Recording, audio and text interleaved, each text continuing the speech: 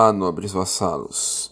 Eu sou o príncipe Lukavic Possalski Lucas Docas, e nesse vídeo, que eu estou fazendo a pedido do Juan, sobre feudalismo na França e no resto, então falarei sobre isso. Feudalismo na França e no resto. Na verdade, pelo que eu entendi da pergunta do nosso nobre amigo Juan, ele quis saber mais ou menos como se dava o feudalismo em cada canto da Europa e por que ele adquiriu certas características em um lugar e não no outro e coisa assim. E aqui nós temos algumas respostas diferentes. O feudalismo consiste em duas coisas: suzerania e vassalagem, que é o processo de como um nobre se tornou vassalo do outro, coisa assim, o suzerano do outro, e o processo de contratualismo servil. Ou seja, quais eram as imposições que os nobres impunham sobre os camponeses em determinadas localidades. Quais onerações, obrigações eles impunham em troca da possibilidade de viver e estar seguro dentro de seus respectivos feudos. Então, primeira coisa, a primeira característica, a relação de suzerania e vassalagem, formação dessa relação, isso é uma coisa mais clara e menos mutável de cada território por território, uma vez que a união de um reino só se forma uma vez. Quer dizer, ela pode evoluir e mudar com o passar do tempo, no sentido de perder determinados nobres, ganhar outros e coisa assim, mas a base dessa relação se forma de uma única vez. Depois o resto é mera mudança nela, essa mesma cadeia. Já o sistema contratualista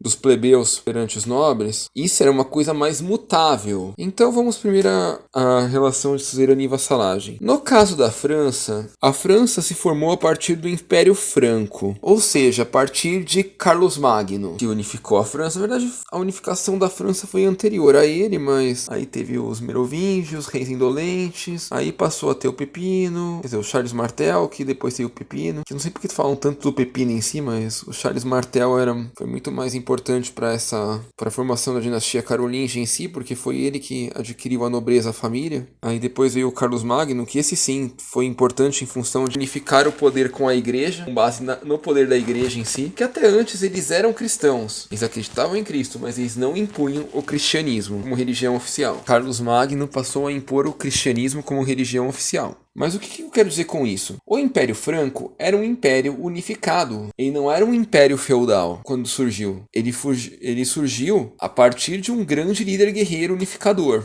E até por isso que se fala tanto do feudalismo na França. Porque no caso da França é mais latente isso, que a terra foi dominada tudo por um grande senhor só, que depois foi repartindo para o menor, e o menor foi repartindo para o menor, e coisa assim. Então, no caso da França, a relação de suzerania e vassalagem é muito marcante, pela forma como surgiu. Enquanto em outros países, em outros territórios da Europa medieval, a coisa não foi assim tão objetiva. A coisa foi muito menos objetiva. Só de pensar na Inglaterra, por exemplo. Na Inglaterra surgiram muitos reinos no começo, depois esses reinos os mais fortes foram tomando os mais fracos ao redor, e houve uma unificação a partir da dissuasão. O mais forte ia acoplando os mais fracos, e os mais fracos no formato de vassalo. Ou seja, a terra não foi doada pro rei mais fraco que se tornou um nobre. E sim, simplesmente, ele já era rei, só que ele foi dominado pelo outro, e por isso ele passou a ser membro da aliança militar do outro. Pelo menos isso na Inglaterra saxônica. Na Inglaterra posterior a ela, já começou a vir nobre de outros lugares, começou a ter viking, que tomou terra dos saxões, tornou uma coisa mais aleatória. Então, na Inglaterra saxônica, como eu expliquei, o processo se deu de uma forma bem diferente do processo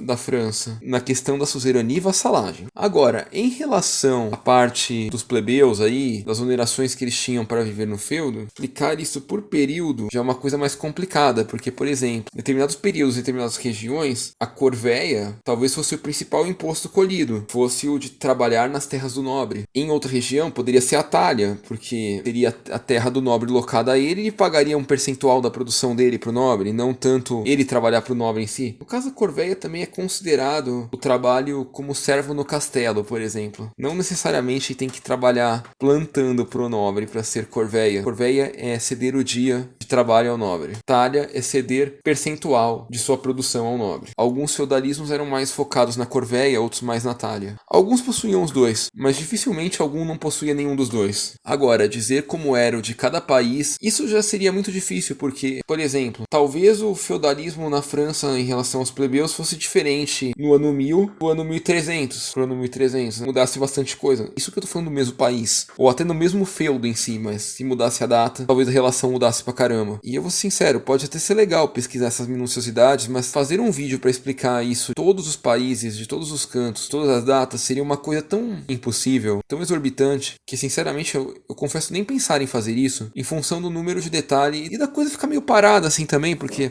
imagina eu falar, França no ano 900 e não sei quanto. Talha é 30%, Corvéia é um dia. Na França do ano tal, a talha é 10%, Corvéia é 2 dias ou 3 dias. E falar que também tem uns fatores culturais religiosos aí que também interferem em tudo, né? Então até por isso que eu não vou falar de forma detalhada essa parte. Mas enfim, eu espero que eu tenha respondido a dúvida. Eu espero que tenha sido legal, esclarecimento, tudo o resto. Sim, eu imagino que esteja muito aquém do que você desejava ouvir aqui, mas... Desculpa, eu infelizmente não sou um historiador formado mesmo, um historiador profissional. E para poder dar continuidade a toda a gama de variedades de coisas medievais que eu passo nesse canal, no projeto, e além de todo o resto das coisas que eu faço na vida, infelizmente eu não consigo chegar a esse nível de detalhe. Mas enfim, espero que tenha gostado, espero que tenha compreendido e que tenha sido útil para você. E a todos que gostaram desse vídeo, por favor, deixem seu like, porque isso ajuda bastante o canal aqui. Obrigado, nobres amigos, e até a próxima.